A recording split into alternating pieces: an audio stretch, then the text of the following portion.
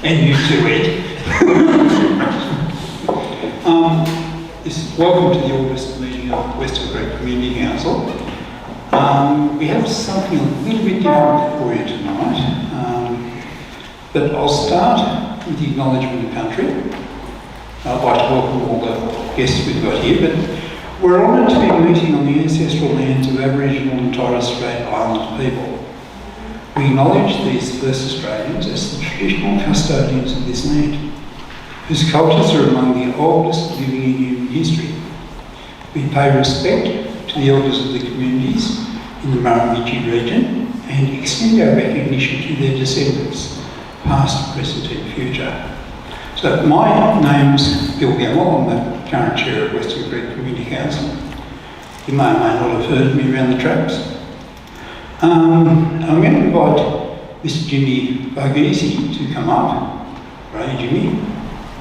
Hiding.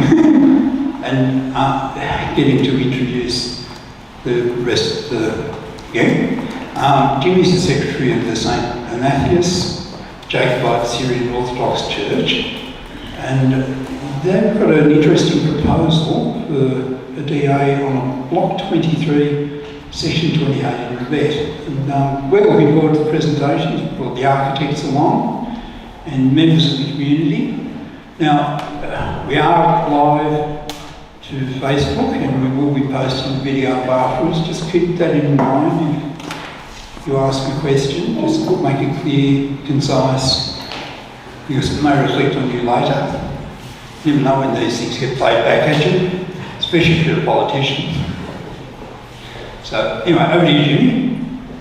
Thanks, Will, and members of the Western Council, and also the respected member of the Legislative Assembly here. Thank you very much for this opportunity. We are a small community in Canberra, but we believe it's vibrant and growing and emerging community. And we bring a lot of traditions with us. We are one of the most ancient Christian churches in the world. And we would like to build a church here to support our future generations and also keep our faith with us and be part of the bigger community of Canberra. We have been working towards that goal since the inception in 2008. So that's our dream, we are working towards it. So I would like to invite our young members to present our small presentation that we prepared for you, and we have our architects here also to support us today. So I would like to invite our youth member, Gary, to present the slides. Thank you.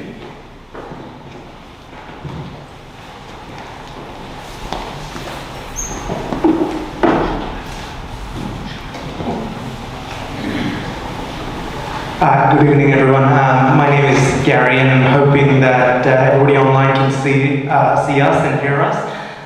So over the next sort of 10 to 15 minutes, I just want to give you the overview of the proposal that we have coming up in Western Creek for our proposed building of the church as well as the community hall.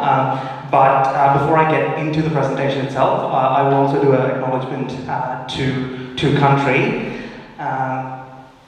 So we wish to acknowledge the Ngunnawal people as traditional custodians of the land that we are meeting on, and we recognise any other people or families with connection to the lands of the ACT and region. We wish to also acknowledge and respect their continuing cultures and the contributions they make to the life of the city and this region. We would like to acknowledge and welcome other Aboriginal and Torres Strait Islander people who may be attending today's event as well. So, just to briefly preface the presentation today, one of the things I want to, I suppose, bring to the forefront is the actual reason why we are here. As we sort of alluded to at the start, we're here to actually outline a proposal for Block 23, Section 28 in Rivette, which is actually undergoing a pre-DA application. But essentially, it's an opportunity within the Western Creek Community Council for us to come together and get your insights as the community before we actually lodge it. And we believe that consultation is very important, so that being members of the community yourselves, you know the community much better than a lot of the people that will be new to the community. So we want to take on board a lot of the advice that you've got, the feedback, questions that you may have on upcoming projects such as these. And we are strong believers that whatever we do, we want to do it together.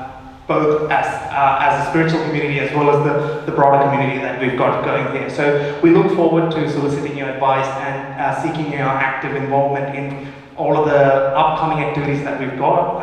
And I will also take questions later towards the end of the presentation. So hopefully a lot of the content that I present gives you a bit of a background as to who we are, as well as why we're trying to do what we're trying to do. So if I can ask for all the questions to remain to the end, that'll be much appreciated. So in terms of the agenda, a couple of things that I want to kick off by doing is just to give you a broad overview of the background and the faith that we come from and what our current footprint of the church is. And I want to show you a little bit of a video reel on some of the initiatives that we're currently doing within the community, as well as what our future aspirations are. That's not to say we don't have current challenges. Just like any other small community, we also have challenges, and the proposed building plans are hopefully a way to rectify some of these challenges that we've got going. So, background and faith. So, who are we as a community? We are St. Athanasius Jacobite Syrian Orthodox Church, or SAJSOC, as we are abbreviated to. We are a community of Jacobite Syrian Orthodox Christians, predominantly hailing from India. As you can probably tell from a lot of us here being present tonight, we are affiliated with the Universal Syriac Orthodox Church and part of the Syriac Orthodox Church of Antioch as well, which was established by St. Peter, one of the 12 disciples of Jesus.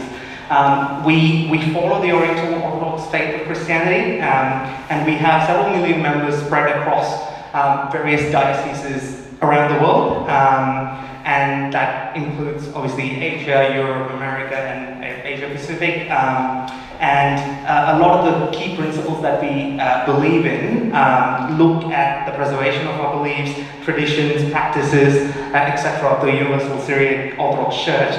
But in saying that, whichever community that we are a part of, we are strong advocates and believers that we need to be integrated holistically into that community to also benefit the community. Particularly, we are interested in providing safe space for spiritual, social, cultural, and educational growth of not just our members and our supporting members, but also the broader community. So within the ACT, a lot of the things that we do, and you'll see in the upcoming slides, that it is to actually support the ACT community as well. And a lot of the activities that we undertake as a community has been focused predominantly on the multiculturalism, women, elderly, and youth initiatives. So current footprint. So the SAJSOC community based in Canberra consists of roughly around 40 to 45 families, and that tends to fluctuate. Because we are a vibrant city and there's a lot of migration and exodus happening at the same time.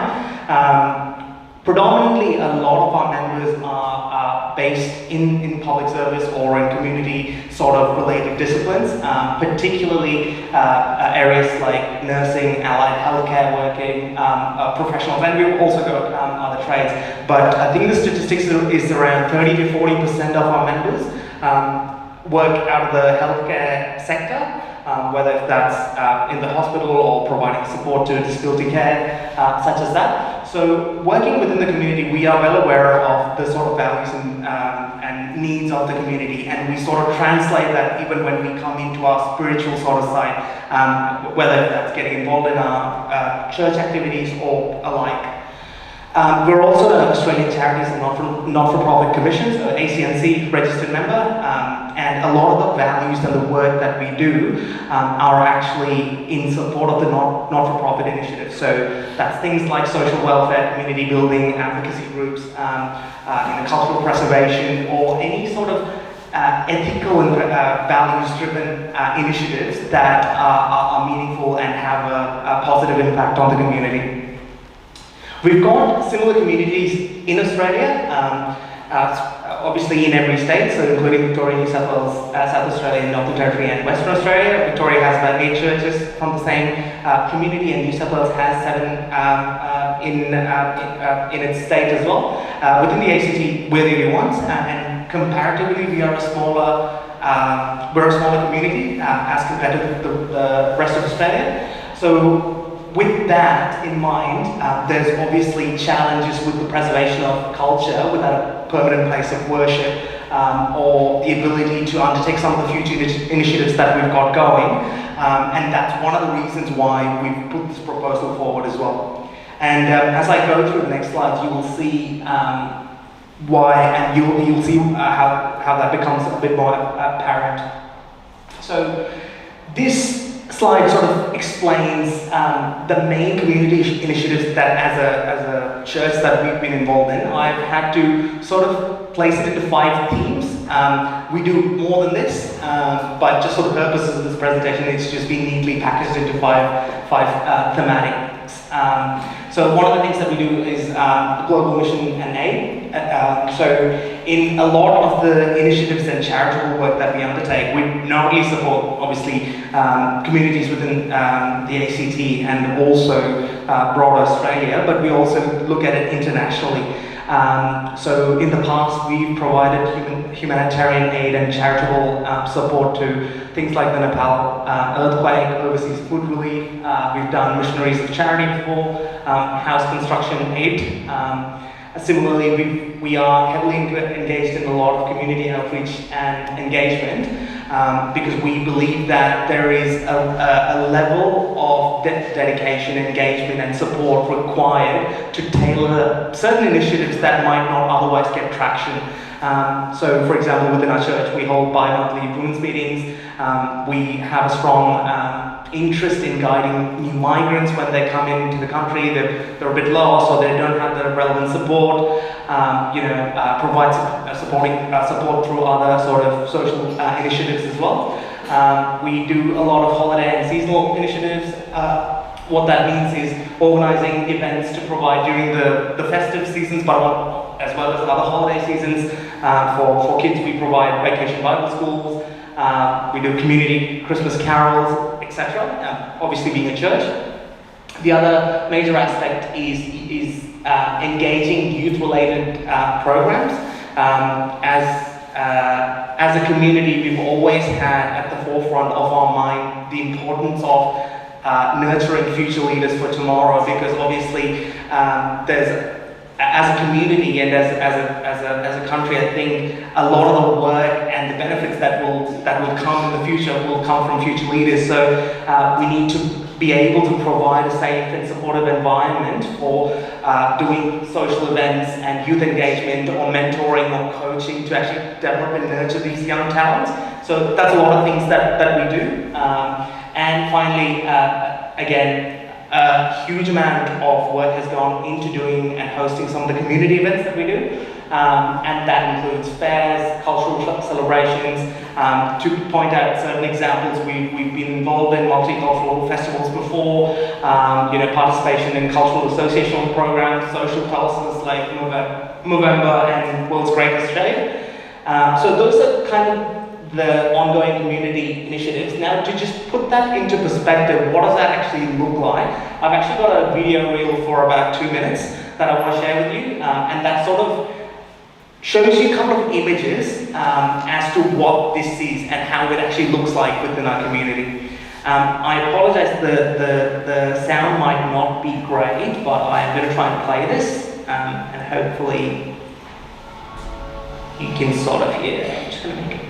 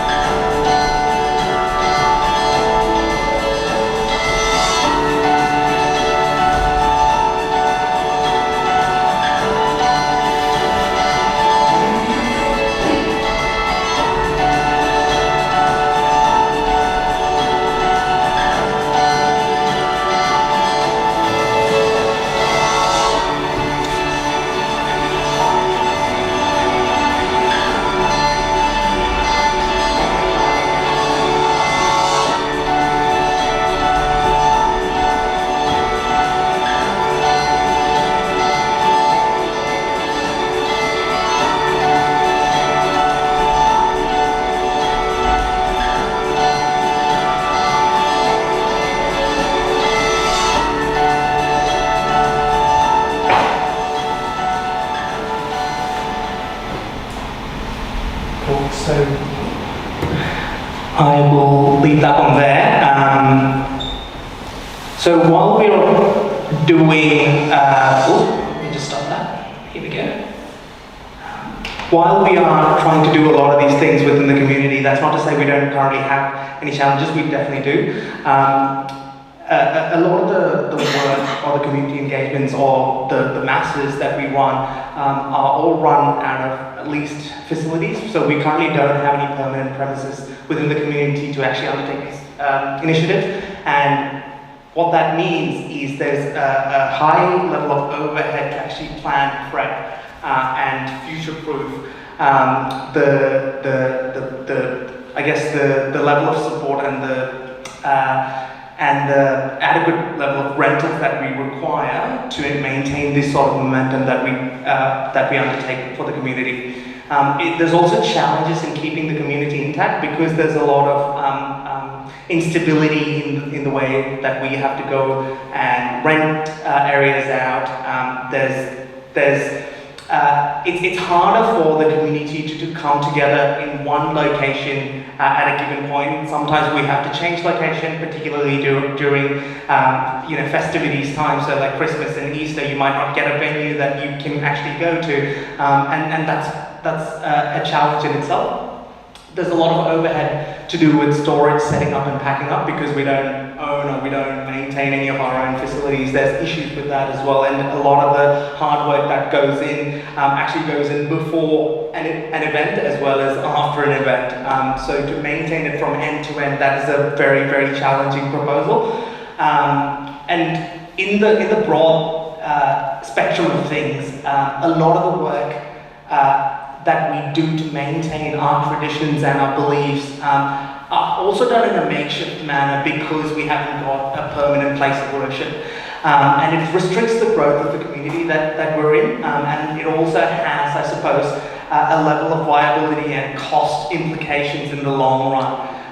So one of the things that we're trying to change through this proposal is to build a church within the Western Creek region as well as a community centre to hopefully alleviate some of the challenges that I've sort of touched on, but also to increase our momentum with what we're trying to do within the community, and that includes some of the other future aspirations that we've got going. So while we're doing a lot of the things that I sort of mentioned before, we do have other ideas that we want to bring forward and initiate, things like food pantry and soup kitchen services, providing more support to elderly people within the community, enhancing the level of community give back that we do if we have a community hall. Obviously real estate is always going to be a concern within the ACT, so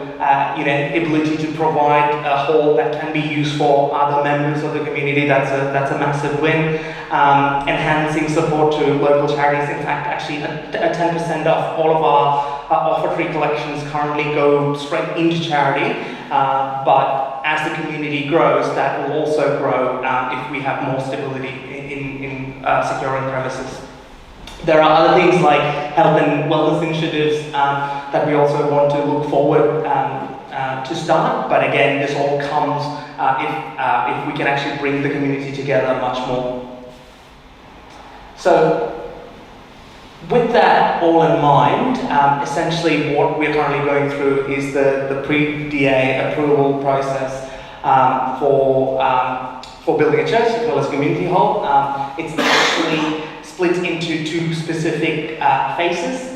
Phase one is the church build, including the on-site parking, along with phase two, which is a community hall, which then follows on from that first phase. We've actually engaged Hyperspace architects, and they're here today, to help us with the designs and the planning and all the pre-approval processes.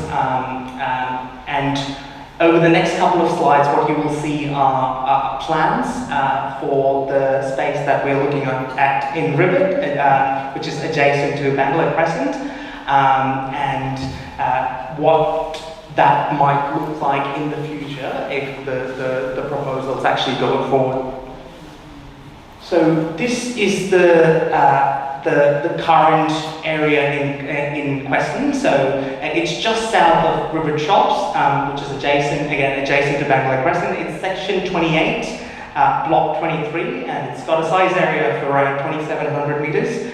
And our current proposal, you'll see in the next slide, is to build a church in phase 1, which is around 387 square metres, with a seating area of around 168 square metres, with parking included. So this is, again, a plan of what that site is proposed to look like. Again, as you can see, there's car parking at the front, including the primary church building and an entry forecourt, and then you've got a future multi-purpose hall, which becomes part of tranche 2 piece of work, or phase 2 piece of work. Over the next couple of slides, I just want to give you an understanding of what the mock-up or what the rendering of that future site then looks like. So this is I suppose the facing the back of that current site. So the first building is obviously the church, and then the second one will be the community hall. And this is another mock-up of what the front of the church will look like. And then we've got a couple of snapshots of the side angle views.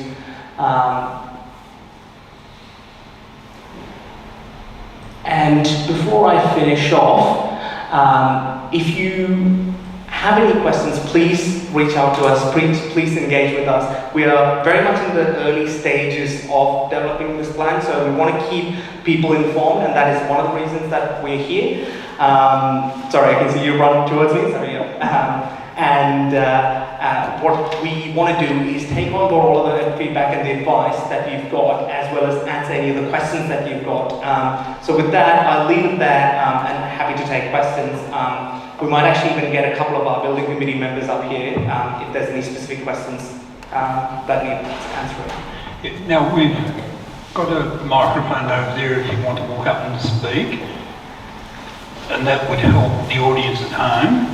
Otherwise, if you're unable to get up or it's difficult, let me know. I've got a remote one in my hand that I can bring over, and if we get a lot of demand, we've got another one. So, any questions? I'm sure, yeah. Do you want to go to the microphone there? Thank you. And thank you for coming. Thank you for the question, or the presentation. I'm one of the parents of the children that attend the daycares. There's 2 daycares which are situated on the side of the planned development, Kids Club and Noah's Ark. I guess we have a few concerns about access to the childcare centres in terms of the street. The Kids Club is only the one street access there. It will be closed during construction with heavy vehicles and other building equipment coming through the place. Other concerns and consideration of children sleeping there during the day, talking about year 1 to year 3 in terms of ages of the children there, and noise pollution from the construction and all that sort of stuff. Noah's Ark's playground is actually an open fence area, which will be right next to the construction as well, in terms of the noise and the dust coming through from those children there too. So I guess access to those childcare centres, consideration of building works, and the kids there playing and trying to sleep during the day. And the car parks that I saw on those building plans will be publicly available once everything's said and done, for use for drop-off and pick-up for the children, maybe even the staff at the centre there working with those daycares. Do you want to make a question? Thanks for the question. So, in terms of construction, we believe most of the activities there is already a path that's been already created by the SD government as part of the work, which all the vehicles and other things will be within the site itself, I believe, and we definitely provide access here to provide a better comment on how the stages will get managed. Thank you for the question. So if you see, this building is a very simple structure. So I think always with any construction activity, there are a few disturbances, but our intention has been to tread very lightly on this site. So as you can see, it's a single-story structure. It's also going to be a steel structure, and most of our construction is a lightweight sort of construction. So by that method, we hope to sort of minimize the disruption, any sort of noise that might be there. With regards to parking, I think the building committee members might be able to better address as to how we can manage it. But given that fact, in terms of ongoing management during construction, there will be a TTM, which is a temporary traffic management plan, which will be submitted as part of the deal. And we will sort of relay these concerns with our civil engineers to ensure that all this is managed within the times that are most suitable.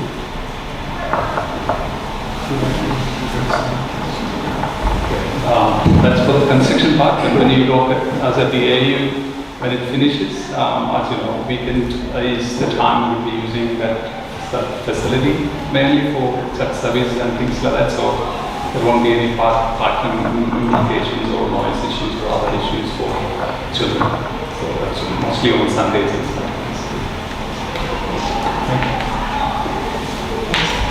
Can I just add, being chair of the council, with all building, once construction starts, the rules in the DA and the building approval seem to get thrown out the window, and people, unfortunately, who get the contract say, and I've heard it's been said to me, I know they've waived that one for us.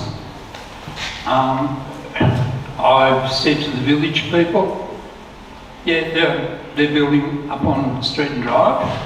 If they transgress, we'll be after them, and we'll be contacting people like my good friend Ed Cox, the local MLA, to look after our rights. Now, if it starts happening at Rebecca, because there's going to be a lot more people around, I would think you'll be hearing from the community very quickly, and we don't want that to happen. If you get approval, let's do it properly and respect the neighbours. Can we operate with a good neighbour principle? And you've come here in good faith. Let's see if we can keep that going all the way through. You'll be welcome. I think, no, I completely agree with you. I think our intention is always to minimise any sort of disruptions or, I guess, inconvenience to the community around us. And I understand and I acknowledge the fact that you know, in the past there's been constructions, and potentially in the future there will be constructions that cause these kind of issues. But I think as a church and as a community, what we are we're keen to do is to work with you. If you know. I won't label the fact that I've definitely got all the answers as to, you know, this won't happen or this will happen, but in the eventuality something like that causes inconvenience happens, please work with us as a community, and we will absolutely work with you to rectify that issue. And I'm sure that that is also the stance that the managing committee and the building committee will take. So yeah, hopefully that provides some sort of reassurance. Yeah, look, it'd be good if the community knows who they can get in touch with if it gets problematic. Yeah. And any issues are acted on promptly rather than linger on. I've seen this for a number of sites. Yeah. Now, I won't hold the microphone. I'm renowned for it. But are there any other questions around here? Anybody got a question? Do I see a hand coming up? No, I don't believe it is. Are you going to have a food festival? Yeah, 100%. In fact, please feel free to come to any of our masses that happen currently on Saturdays. We're based out of the Lions Church, so we rent that facility for our masses. There's always food after, and any of the special occasions that we've got going, Easter or Christmas, please join in. Yeah, and I'm hopeful that you know, if the church building goes according to plan, with no any delays, we expect the number of services for the mass to also increase, which means there's always more food. Thank you. Come on, somebody, please.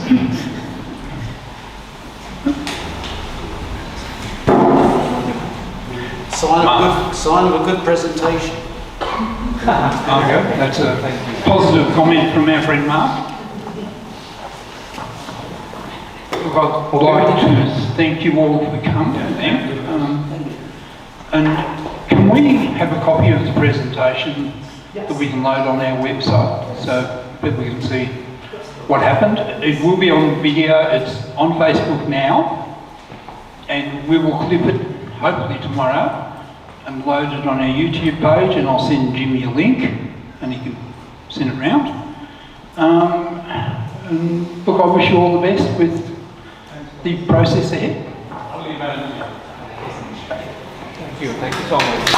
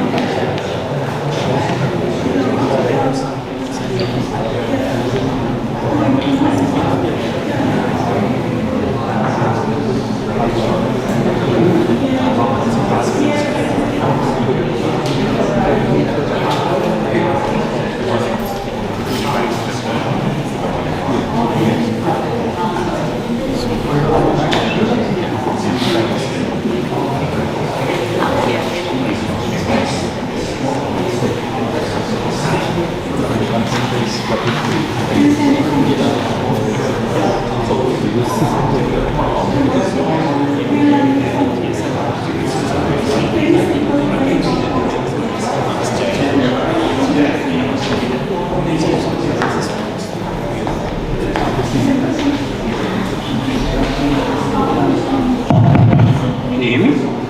Can you hear me now? Moving on to our meeting, we have a session following that, and thank you very much for the presentation. We then invite our MLAs. We give them a few minutes. We've only got one MLA here today, Ed Cox, and I think most of you know who he is by now. He can have the floor.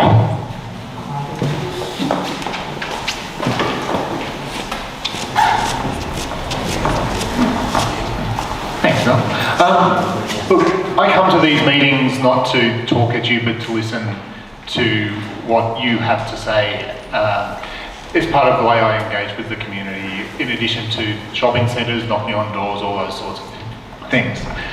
But tonight I did want to talk just quickly about two different things. One is, based on what I've just seen, how good it is to see people come to community council meetings with a good neighbour approach to development, because we don't always see that. So I just would like to say thank you for bringing that attitude to the engagement, because we have an amazing multicultural community across this electorate and across Western Creek, and being able to see that positive way of engagement is fantastic. I'm really pleased to see that. The other thing I want to touch on is less positive. I normally don't go into things that are happening in the Legislative Assembly in detail, but right now there is a significant issue that could directly affect Western Creek, and that's the issue of what's been called the GP sick tax. So the government has decided that it is going to maintain what's called payroll tax for GPs. This is a tax that's been there for a long time, but the way that general practices operate, it hasn't been applied to general practitioners. which means that they haven't had to add that cost on to the services that they provide our community. Now, the government's made a decision that they are going to apply that tax unless GPs do what they say and bulk bill 65% of consultations. Now, that's something that when I talk to GPs just isn't financially viable. And I was speaking to one practice in the Western Creek area, which provides a significant proportion of the services here, and that practice tells me that if this goes through, if it's maintained this government position, then they won't be able to operate for more than a year. Now, I think that it is really critical that we have the general practice services available for the community to actually be able to get help when you need it. And so I would encourage you, if this is important to you, reach out to get in contact with me as your local member, add your voice to that of our GPs so that we can make sure we keep on having good access to GPs across Canberra and in particular here in Western Creek. I think this is really important. Now, otherwise, what I generally do is ask for your questions. I'm happy to let you know what's happening in any particular space.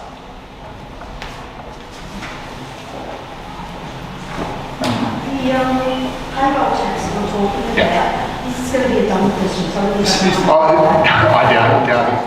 Yeah. So when they calculate that, is that based on what something gets like $100 a week and will be a percentage of that? Yeah, so it's based on the total wages bill of what they call wages bill of the entire practice. So that includes all of the practitioners, all of the administrative staff. So all their everyone. income. Now, part of that income is coming from Medicare. Does that mean that the Medicare part's also covered? We've got to have That's payroll also tax. that's So you also tax included. You're You're taxing on top of that benefit. That's right. It just seems very odd. It is an odd decision.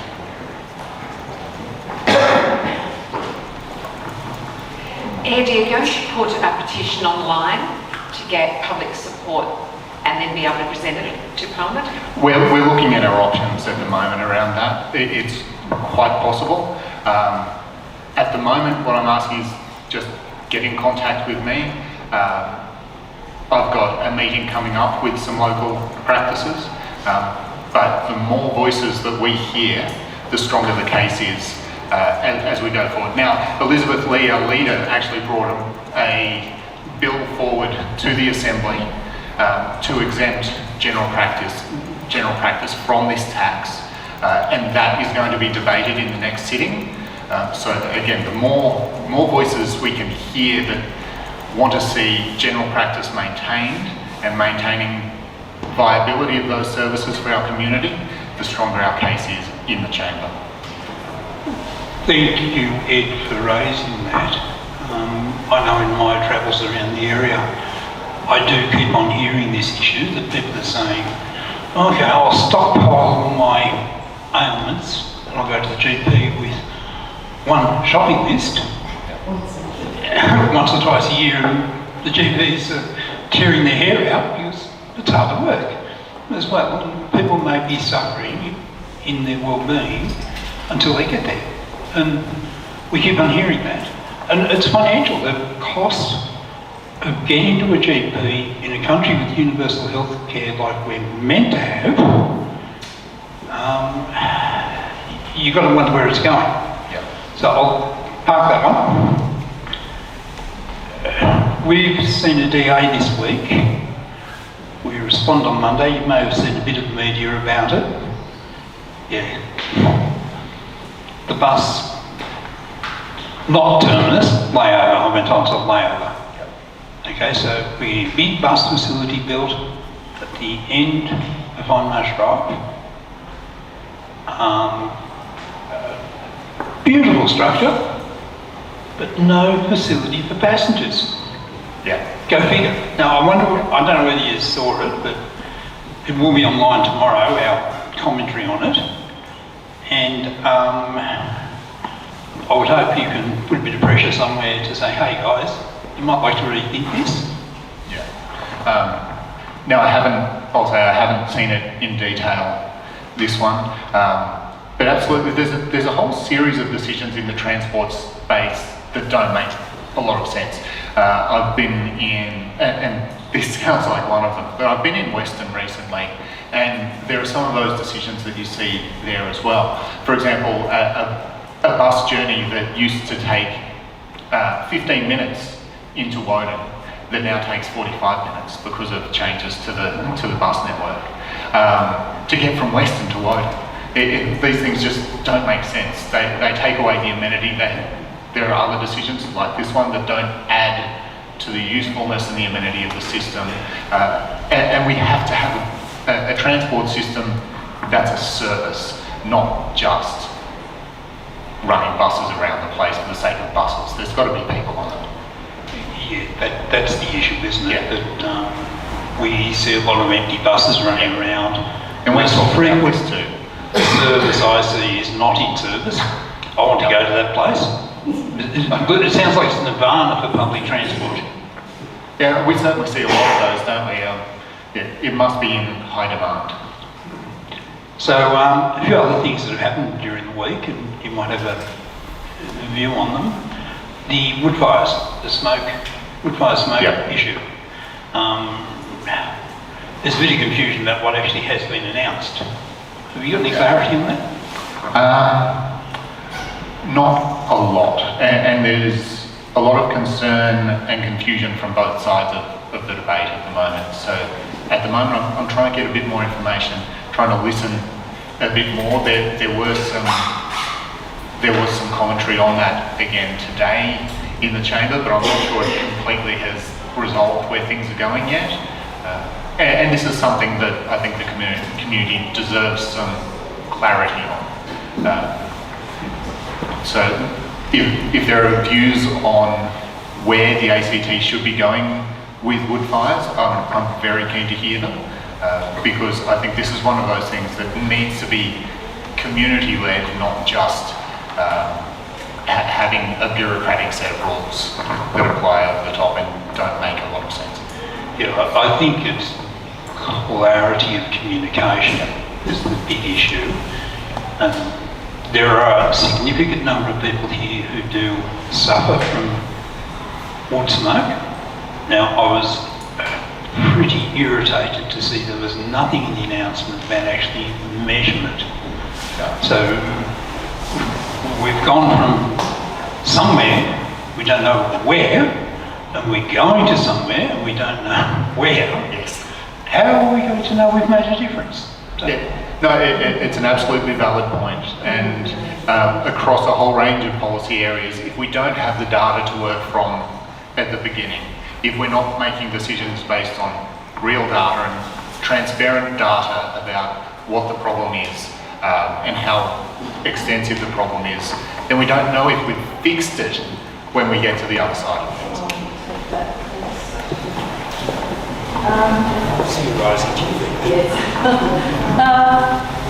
Hi, I don't actually think with just the wood smoke issue that there is any issue with the data. The science is in, it's a health hazard, and I think a lot of people know that, and I congratulate the government for taking it on after way too long.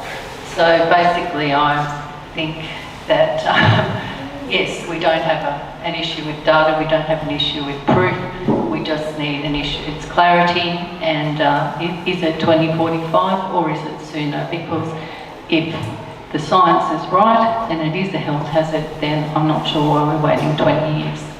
Yeah, no, I'm happy to take that as a comment. Sorry, this is not a team tackle. Different topic altogether.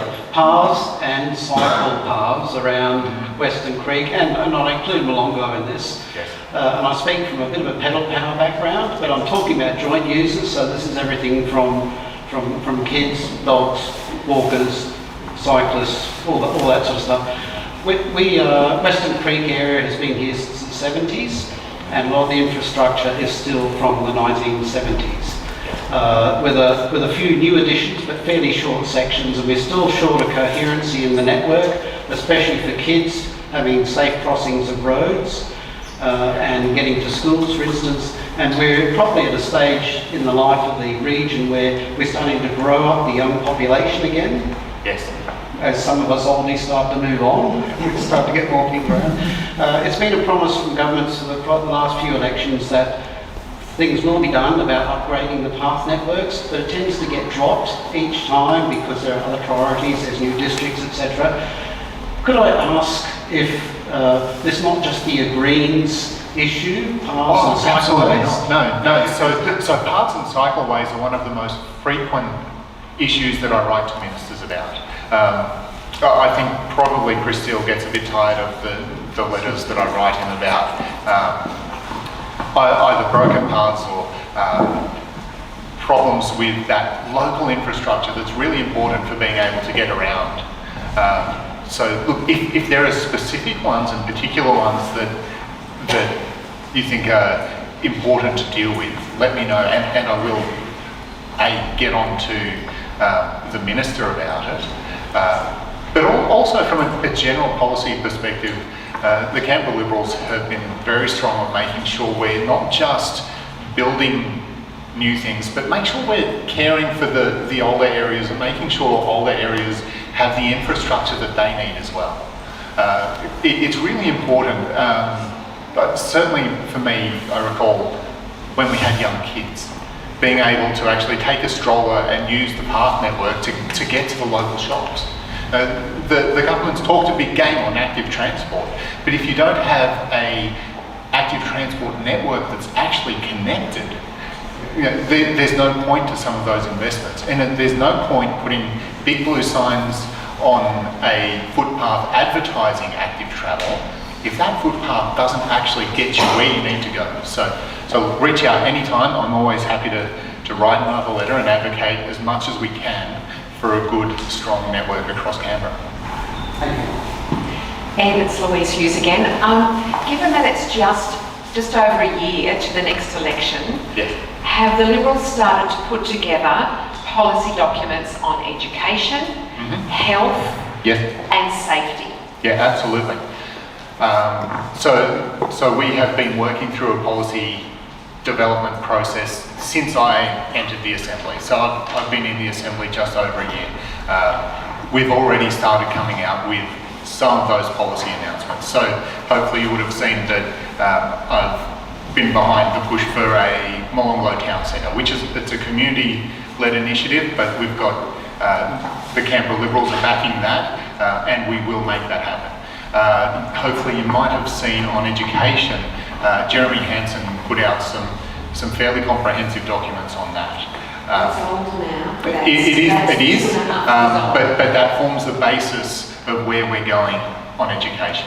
So we are working through those documents that will be a good package that we'll bring to an election, absolutely. And are you talking to teachers? Are you talking to the unions? And are you getting absolute real facts about what is happening in our schools? Definitely. Not just from the shadow minister's end of things, but more than one of us, myself included, are parents. I sat, until I entered the Assembly, I sat on my kids' school board. So I was talking to teachers all the time, hearing from the union all the time. If there are more people you think we should be speaking to, I'm always happy to hear those opinions. But some of the messages I hear in that space is that teachers are overworked, that the system doesn't have their back the way it should.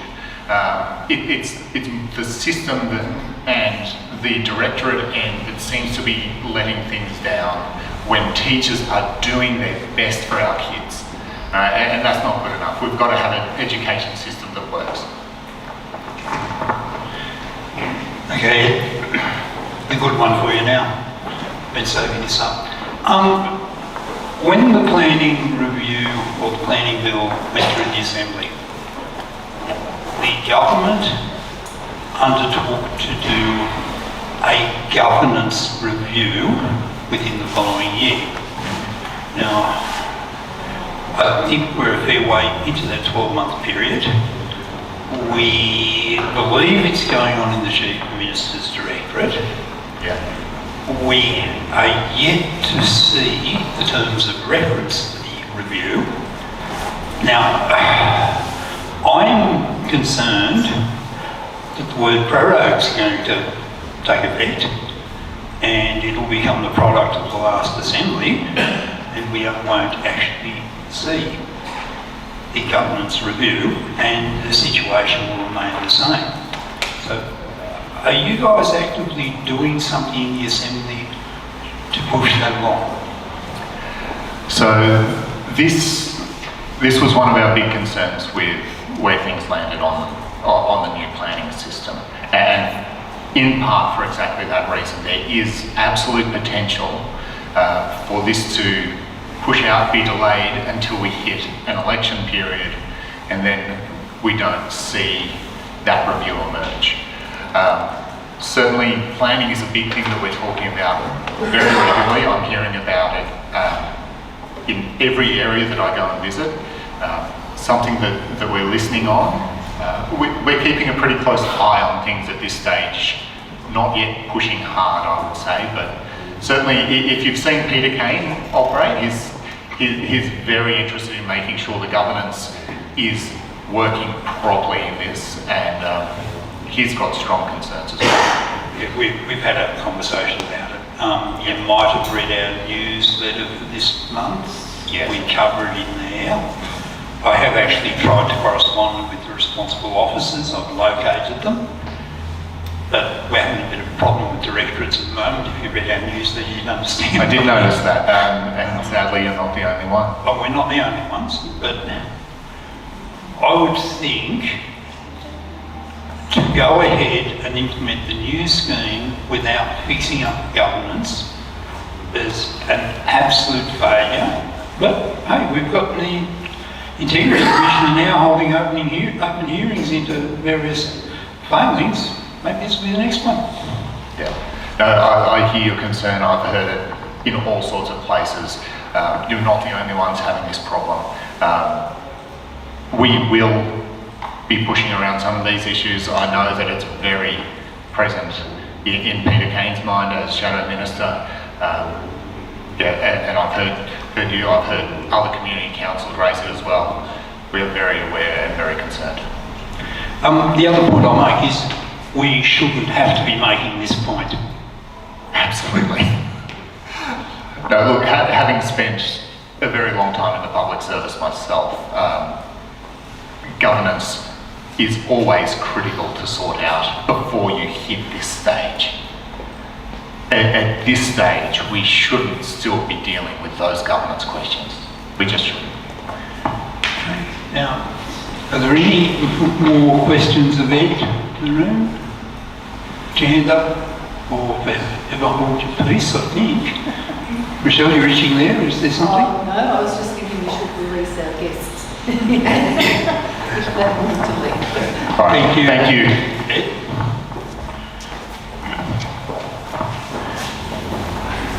We're very remiss of me. Our guests are welcome to stay, of course. If you have other things to do, off you go. We won't be much longer anyway. We need to cover our general meeting, which is minutes of the June meeting. Thank you, gentlemen. Thank you, everybody.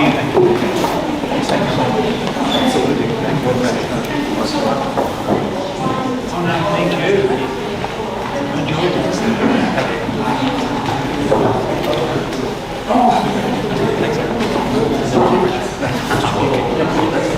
All right.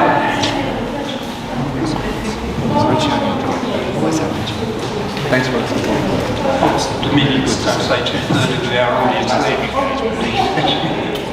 Thank you. Thanks so much. Thank you. Okay. If anybody who was in the June meeting, read the minutes and agreed with them? Rosemary, Val, were you at the June meeting? Do you second them? Do you agree? Yep. Well, thank you. Any business arising from the minutes of the June meeting? Okay. Now, the chair report, I've handed it out. It's been a little bit controversial. It's been reported around the place a bit. It was also in the conversation with Ed. A few things, a bit about the water heaters. Let's get some certainty on it, whatever you're doing. The conversation about the governance on the planning, and a few other bits and pieces, including government creating a firewall, making it difficult for us to contact them. Now, why we put that in, we originally weren't going to, but we weren't the only community council experiencing it. I thought I was being paranoid, I thought I was dreaming it. No, not. So they're the key things. Is there anything anybody'd like to say? Tribute? No, Mark, we're not hearing about your holiday to Queensland in your caravan. Whilst you're on We'll read the blog when you put it up. We should talk Caravan and Rego. Yeah. Caravan Rego, are you undertaking to cut that, Ed? Well, I'm having some serious conversations. What about motorcycle Rego? What about push bike Rego? No, it's not. Don't you dare. Motorcycle Rego, why should something that weighs 200 kilos attract not much less in cost than something that weighs 1,500? And in the insurance space, causes less injuries actually per capita than the other things. Why are our premiums so high? No, it's a reasonable question. And perhaps it might be useful to, there are going to be some changes to Rego coming up, and I've got a briefing from the Chief Minister and the Chief Minister's office recently. So I'm hoping that those changes will partially deal with that problem, although I don't think it's going to be fully dealt with by any means. Yeah, I just read this as punitive bit of taxation, really. I can't see. Right, is there any other comments from anyone? Contributions? Rosemary, I'm going to show the microphone too. We've got people who watch this over the following month. Thanks, Bill. That's Rosemary. When I was walking Sunday morning along the back of Lodette Street, there was a man there doing a survey, and Sticky beat me, you know me. He said, oh, what's happening here? Oh, he said, we're shifting this from here to here. Now, this was the concrete piece that goes out into the car park, showing the delineation line between where the buses lay over and the car parks, obviously for park and ride or parking at the back. And they're taking away about 5 or 6 car parks. You know anything about that? We're meant to be getting more car parks. That's what I thought. Not less. But they can just fit 2 buses in the layover where they put the new beautiful construction out the back for the staff. But they can't fit a bendy bus in there, so obviously they have to extend it so that they can fit 3 buses or a bendy bus. Okay, is that what he said? No, he didn't say that. He just said they were shifting that piece of concrete from here to there. And he was doing the survey. Perhaps we might put it on to Ed to ask that question about what's going on. Because like you, I thought they were increasing car parks, not taking them away. Well, the other issue is the former bus stop in Ridley Street. They've had months to just put a couple of signs up and say you're parking now. And the loading zone, that's going to be parking. Now the place is, I don't know what's happened, it's become popular again. Maybe, just maybe. Sorry Ed, would you mind? No Because they're not hard things to do. Get out with a can of paint and review signs up. But I noticed the Real Street one's going to be like 15-minute marks. Half hour, I understand. Half hour. 30 Well, minutes. I want a long time. But the one on the other side will be longer. Outside the real estate agent, I think it's going to be 1 hour. Don't quote me on that. So there should be a net increase in car parks. But every time I go, there's even fewer. I understand the construction zones taken some while they redid the pavement. We accept that. But the rest, I'm a bit bemused by. My other question, Bill, is, you know, where they've taken over the corner of Kulo Park to use as their base, are they going to return that to its original condition or just leave it as a... According to the contract they're going to. And I understand they're also doing some realignment of the power poles, the overhead lights there too. I also understand the contract's been let for, bit of an aside, traffic lights at the other end of Namatjira Street in the intersection. Yeah, that'll be excellent because that's where we go out. So between the two of them, and I noticed the one over here, by and large, and somebody will correct me, it seems to be flowing okay. It's even when you get a red light getting into Street and on High March, and then the red light at I guess that's different. and then the red light at Namatjira. Yeah. We've got too many traffic lights, yes. Well, I'm not actually worried about how many, it's just the Coordination. thing is that you're stopping, like, I went through yesterday, and normally this doesn't happen to me. People say, I got stopped at every light, and I actually go, are you sure you didn't get at least one green light? But I actually did have the stop at Street and the stop at Breedley, the stop at Namatjira, and of course at the Tuggeranong Parkway at the first lights, not the second, and then I had green after that. So it's just that first one was a bit not flowing well. I've got some really good news for you. There'll be 2 more sets of lights on the street and drive. So you have more time to have a rest and adjust your radio. Now, if you look, and it's online, the video of our meeting last July, we did raise this issue in the meeting, and it came down to there's no other design solutions. Yeah, it's just inconvenience. Actually, it's happened to me like once or twice, and all the times because I'm up and down all the time. So it's not even worth it. Louise Hughes has got a question, and then Val's got a question. Actually, the traffic lights are working well. However, we're seeing an increase in people running the light. So in my mornings, the last 2 mornings in a row, I've had cars fail to stop at the red light coming down High Marsh Drive. So we probably will need to be asking for red light cameras there and the corner of Streeton and High Marsh because it's getting dangerous. It's trucks. Yeah, I've raised that separately with Mr. Steele about the heavy vehicle running, and I've raised it with the police on the basis that they're probably not operating within their licence conditions anyway.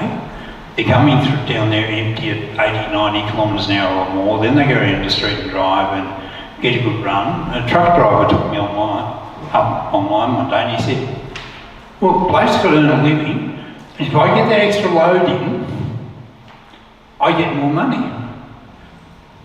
A silly man. It's up there forever. I'm not taking it down. Val's got a question. Well, can't they just adjust the red lights? Because they're fairly new, they may just need tweaking. Look, Val, they can, but I think we need some good evidence that it's causing these issues. An isolated one is unfortunate, but a lot of people held up. That's a problem they need to address, and they've got all these new sniffer things around, sniffing the traffic with Bluetooth sensors. They're sensing what the traffic's doing, and they tell us that they adjust the timing based on that. And you might have seen these little dome cameras around. There's one on corner of Streeton and Hindmarsh. Spying on you. Yeah, they've got a camera. they've got a camera and it's come back to a control room somewhere and it's monitoring what you're eating in your car. So they're trying. Yeah, I haven't had that problem either. I've actually reverted to going that way rather than playing Russian roulette down at the other one. It's worked quite well for me.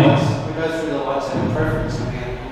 Yeah, so how about we just watch it for a little while, see if it settles. Happy to raise their MLAs. Oh, we've got one here.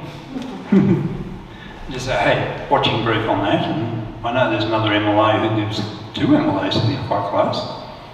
Because it's them brief, I'm sure they'll be onto it too. Mark, you've got something? No? Anybody else? Can I? Have I forgotten anything? Questions? So when is the street lights going, do you reckon? Have you got a time frame for that? Hopefully after really streets finished. We couldn't handle more disruption, could we? I'd rather get it all out of the way on the road. Yeah, some people wouldn't. Okay, so look, thank you everybody for coming. I thought bringing the church people in was valuable. I enjoyed the presentation, it's good to meet them. If they get their DA approval, they'll be part of the community. And they're talking about moving in. They're talking about buying houses. They're talking about whole of life, living in the area. So where are they living now? They've got a church at Lyons. They rent a space. Yeah, and So they still actually live like, they're living all over Canberra. they're all over, they're not Yeah. sort of living in one area. No, and they're trying to find somewhere home. And they've identified this site. They're buying it from the government out of their own funds. So they raised the dough, they've gone to the government and said, hey, Well, government will give them a concession like they do a lot of the other churches and various are they? I don't think they're giving anybody a concession on anything at the moment. I'd hope not. I'd hope they could hit them for the market value. I mean, charge the market value and hopefully see the way for a small grant to help them fit it out or something. That way it's more transparent than just saying, hey, well, not 20% off the price. Churches don't pay any rates. Yeah. So the government's going to get a decent amount of revenue for a block of land that's not being used at the moment. We just hope they can integrate well if they get approved. And the issues you raised were valid. The other question I have would be, they mentioned there was 40 to 45 families that are connected with the church. The plans were showing 26 car spaces.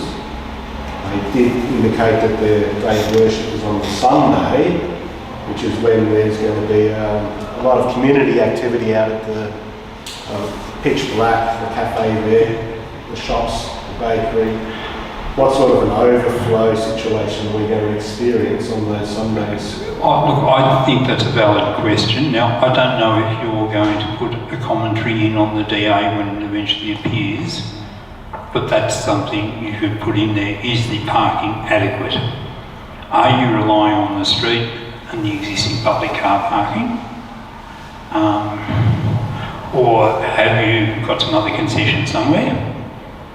Because we see how much of a bottleneck that is when the sports are being conducted there at the Oval, and how difficult it is to get the cars two-way when they park on the street there. Oh, look, it's definitely a concern, and that's why you have development applications, and that's why you have been put into the process, and hopefully we can get some adjustments to it if you feel that strongly about it. What we'll do is do a submission based on what we've heard. Now, we hear both sides, but we're a community council. If we hear 100% people opposed, we'll go in hard, but we're not hearing that. So we'll just do a balanced submission based on what we've heard, and I'm sure everybody online wants to send me an email, or send council an email, we'll certainly include that in any submission we do. But thank you for coming. Give us your interest, Rosemary. They mentioned 45 families, and they've only got 26 currents. Yeah, I was just going to say, I mentioned 45 families, so, you know, they're going to have at least 40 cars there. So they would be taking a bus with families. They could walk. It's a novel concept. Ride their bicycles. Get their 2-hourly bus on Sundays. 2-hourly. There's a whole lot of options. Or they could carpool. I don't know. Maybe we'll do it home. Look, they were good, gentle people. They came in and helped us set up the room. They were very polite. And I was impressed that they stayed for the meeting. They didn't just stand and walk out after the presentation. Yes, Michelle. Well, I thought they'd done their time.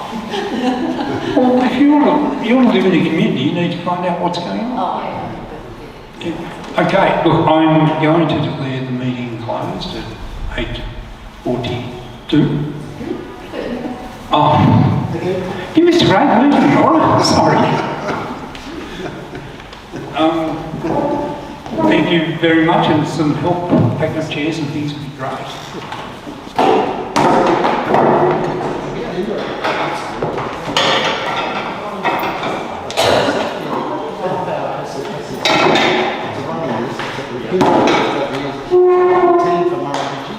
So that there's more than I've sent them to you. I did see that. Okay, yeah. Don't intend on this one.